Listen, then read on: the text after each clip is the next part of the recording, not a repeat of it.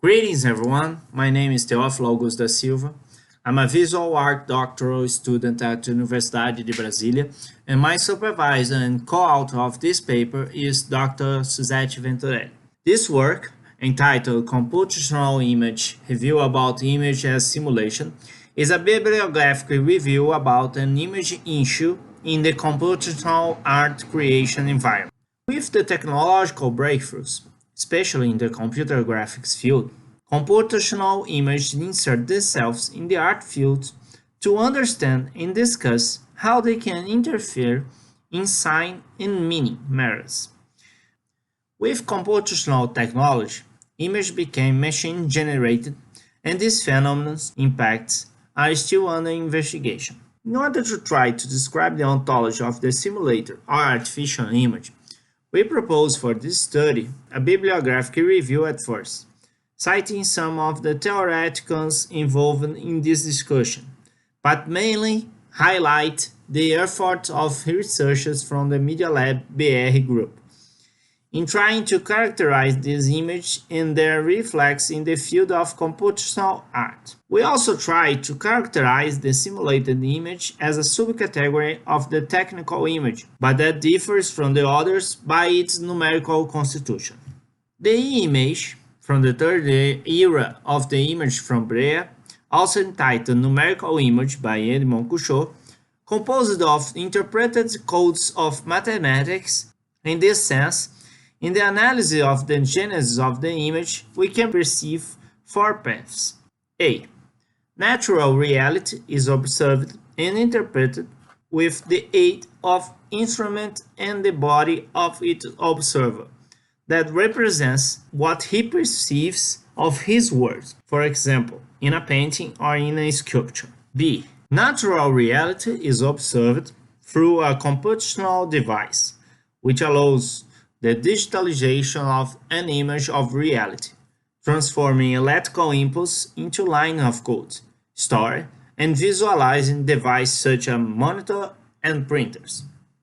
C. Natural reality is simulated and is taken by the observer as the real thing, and may even be confused with the natural reality, for it is within the image. D. Simulated reality is a coding describing lines of code that exist artificially, but does not represent a specific object of the physical sensory world. It can be a class.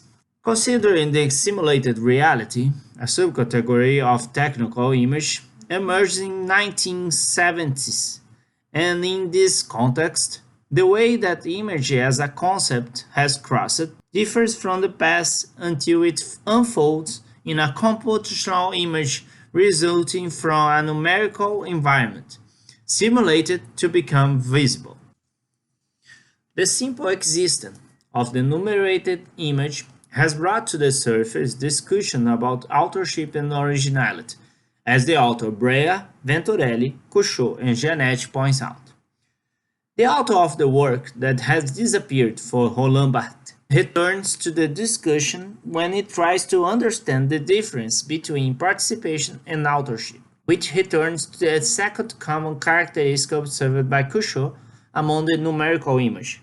Interactivity, as Couchot put it, is an essential part of the computational image, but has largely depended on the development of the modes of exogenous interactive conditional man-machine dialogue. The development of these modes of interaction that are basically the input device were classified by Cleomar Rocha in Breeds, Windows, and Skin in three parts: physical interfaces, perceptual interfaces, and cognitive interfaces.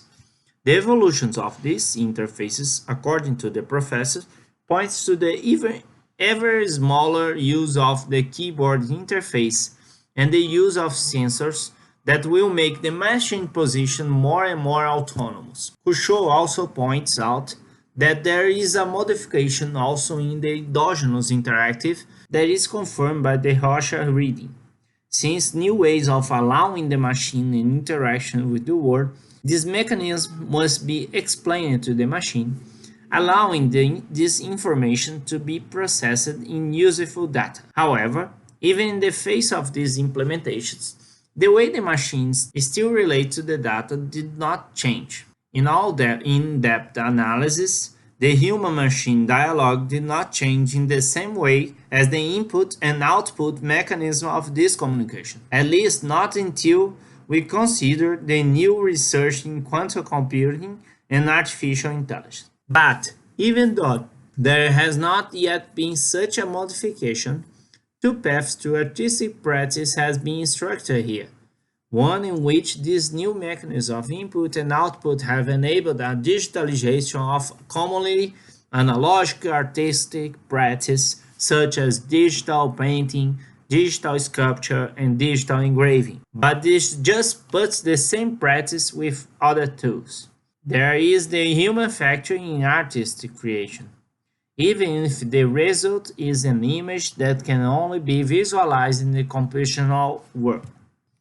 The other, which the latest research has highlighted, is when the creation of the artist's object, the computational image, occurs autonomously, through a generative code or through data inserted by sensors that not have the human being control them. This computational image, that initially seems to be purely a consequence of random programming and generated, is at the core of the discussion about authorship and the consequence of cognitive computing that works of art at this time only anticipate some scenarios. The algorithm that was once a domain of developer with specific and arithmetic language, facilitated by the evolution of computers and programming language, was opened to a wider public. This increasingly resembled to the everyday language of the human being, and less with the binary code that was enough to develop frameworks like processing or touch design, to name two of the most used frameworks today, and for English to determine in 2014 the teaching of programming logic as a component of the basic curriculum of this elementary school. Considerations.